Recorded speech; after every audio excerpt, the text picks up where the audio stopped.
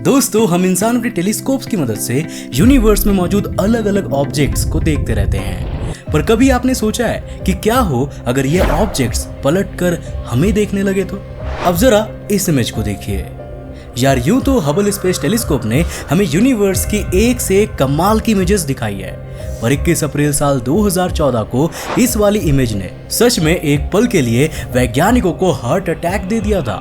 मतलब यार, इस इमेज में हमें जुपिटर की आंख दिख रही है। दरअसल दोस्तों, इस दिन साइंटिस्ट हबल स्पेस टेलीस्कोप की मदद से जुपिटर के ग्रेट रेड स्पॉट को ऑब्जर्व कर रहे थे, और तभी इसका सबसे बड़ा चांद यानी कि गैनीमेड जुपिटर के सामने से गुजरता है और उसकी शैडो ठीक ग्रेट रेड स्पॉट के ऊपर आ जाती है, और ये देखने में ऐसा लगता है मानो जुपिटर कोई एक आंख वाला मॉन्स्टर हो। दोस्तों, आज के इस वीडियो में मैं आपको यूनिवर्स की कुछ ऐसे ही डरावनी फोटोज दिखाने वाला हूँ। तो हेलो गाइस, मैं हूँ कौशिक, और चलिए आज अंतरिक्ष के डरावने चेहरे को एक्सपीरियंस करते हैं। दोस्तों, बात है 31 अक्टूबर 2015 की। हैलोवीन का दिन था, और आपको तो पता ही है कि इस फेस्टिवल में हर कोई कुछ डरावना करने का ट्राई करता है कि नहीं? तो भाई वहीं भगवान ने कहा कि मैं क्यों पीछे रहूं। इस दिन करीब 600 मीटर डायमीटर वाला एक एस्ट्रॉयड पृथ्वी से 4,86,000 किलोमीटर दूर से गुजरा, जिसका नाम रखा गया 2015 TB145। पर यार, पॉइंट ये नहीं था कि ये विशालकाय एस्ट्रॉयड पृथ्वी के करीब से गुजरा था, बल्कि डर की बात तो इसके शेप में छिपी थी। दरअसल दोस्तों, एरिसीबो ऑब्जर्वेटरी से जब इसकी इमेजेस ली गई तो ये एस्ट्रॉयड किसी खोपड़ी की तरह लग रहा था।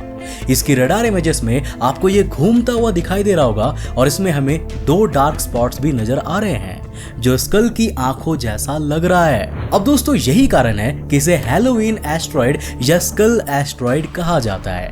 वैसे आपको बता दूं कि ये एक पोटेंशियली हजार्डस एस्ट्रॉयड है, और सबसे डरा देने वाली बात तो ये है कि 31 अक्टूबर 2015 के पहले वैज्ञानिकों को इसके एग्जिस्टेंस का कोई अंदाजा ही नहीं था। मतलब जरा सोचो कि अगर ये सीधा हमारी पृथ्वी की तरफ आ गया होता तो उसी दिन हम सभी का अंत हो जाता, बट फॉर्चुनेटली उस दिन ऐसा नहीं हुआ, और अगले कुछ सालों में भी ऐसा नहीं होने वाला है, क्योंकि ये एस्ट्रॉयड अगली बार साल 2088 में पृथ्वी के पास से गुजरेगा। नाउ आई होप यार कि तब तक तो हम इंसान एस्ट्रॉयड्स के खतरे से निपटने का कोई ना कोई सोल्यूशन तो निकाल ही चुके होंगे। खैर, अब आगे बढ़ते हैं और बात करते हैं क्रैब नेबुला की। दोस्तों, ये नेबुला पृथ्वी से 6500 लाइट ईयर्स दूर टॉरस कॉन्स्टेलेशन में स्थित है। अब ये इतिहास का पहला ऐसा नेबुला था जिसे सुपरनोवा एक्सप्लोजन से जोड़ा जाता है, और इस सुपरनोवा एक्सप्लोजन का रेमिनेंट था एक न्यूट्रॉन स्टार जो इस नेबुला के बीचों बीच स्थित है। अब जरा इस इमेज को देखिए। ये इमेज भी क्रैब नेबुला की है, और इसे साल 2016 में हबल स्पेस टेलीस्कोप से लिया गया था। इस वाली इमेज में जो ग्रीन कलर है वो काफी डरावना लग रहा है, पर सबसे मिस्टीरियस चीज तो इसके बीच में है जो रुक रुक कर थोड़े थोड़े समय में चमक रही है। अब दोस्तों, यही वो न्यूट्रॉन स्टार है जिसकी मैं बात कर रहा हूँ। इस न्यूट्रॉन स्टार का डायमीटर सिर्फ 30 किलोमीटर का है, और ये 1 सेकंड में 30 बार अपनी एक्सिस पर रोटेट कर रहा है। अब ये न्यूट्रॉन स्टार एक विशालकाय डायनेमो की तरह है जो मैग्नेटिक फील्ड को प्रोड्यूस कर रहा है, और इससे 1 लाख करोड़ वोल्ट्स इलेक्ट्रिसिटी को जनरेट कर रहा है। अब दोस्तों, वैज्ञानिकों ने इसे टेल टेल हार्ट नाम दिया है, यानी कि ऐसा दिल जो रुक रुक कर धड़क रहा है और अपनी एक कहानी बयां कर रहा है। अब दोस्तों, आपने इंटरनेशनल स्पेस स्टेशन की तो कई सारी फोटोज वीडियोस देखी होंगी, एंड आई एम श्योर कि इनको देखकर आपका भी मन करता होगा कि काश मैं भी कभी ISS पर जा पाता, है कि नहीं? पर क्या कभी आपने ISS को रात में देखा है? वेल, अगर नहीं देखा तो जरा इस फोटो को देखिए।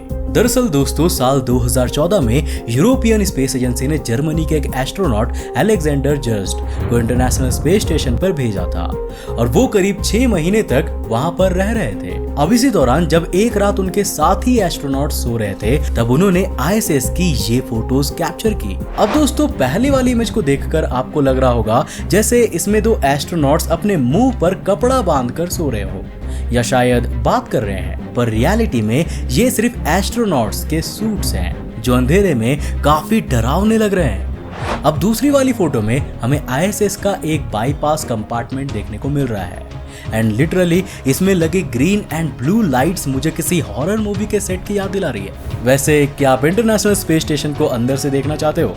अगर हाँ तो मुझे नीचे कमेंट करके बताओ। अगर आपके कमेंट्स ज्यादा हुए तो मैं इसके बारे में एक डिटेल वीडियो जरूर लेकर आऊंगा।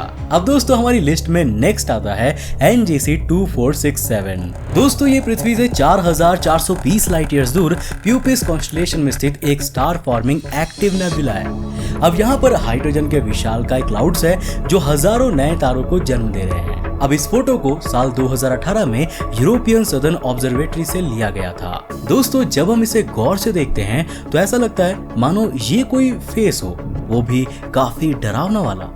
और यही कारण है कि इसका नाम skull and cross bones nebula रखा गया है। अब कुछ ऐसा ही नजारा हमें यहाँ पर भी देखने को मिलता है। साल 2019 में हैलोवीन के दौरान नासा और एसा ने इस वाली इमेज को रिलीज किया था, जिसे हबल स्पेस टेलीस्कोप से लिया गया है। अब इसमें आपको दो गैलेक्सीज एक दूसरे से टकराती हुई नजर आ रही होंगी। अब मैं आपको बता दूं कि इसे आर्कमेडोर 2026424 गैलेक्सी सिस्टम कहते हैं और ये पृथ्वी से 70 करोड़ लाइट ईयर्स दूर है। अब दोस्तों जरा इसे देखो। हैलोवीन के दौरान आपने वो डरावनी सी दिखने वाली पंपकिन लाइट्स तो देखी होंगी, जिन्हें जैक ओ लैंटर्न कहते हैं। अब इस वाली इमेज में हमारा सन भी कुछ वैसा ही लग रहा है। इसमें आप जिन ऑरेंज एरियाज को देख रहे हैं वो सन की मैग्नेटिक फील्ड के सबसे एक्टिव एरियाज है और डार्कर रीजन्स में मैग्नेटिक फील्ड्स वीक है। पर क्या ये इमेज रियल है? वेल इसका जवाब हाँ भी है और ना भी। अब दोस्तों वैसे तो ये इमेज रियल ही है, पर असल में इसे दो अलग अलग वेवलेंथ पर खींची गई इमेजेस को ब्लेंड करके बनाया गया है। साल 2014 में नासा ने इस इमेज को रिलीज किया था और इस बार भी मौका हैलोवीन का ही था। अब दोस्तों मार्स की सरफेस पर इंसानों के चेहरे तो आपने अक्सर फोटोज में देखे होंगे और समय समय पर लोग ये दावा भी करते हैं कि हमारे पड़ोसी प्लेनेट पर एलियंस रहते हैं। पर आज मैं इन दावों को एक स्टेप आगे ले जाने वाला हूं और आपको दिखाऊंगा मार्स पर मौजूद कब्रिस्तान।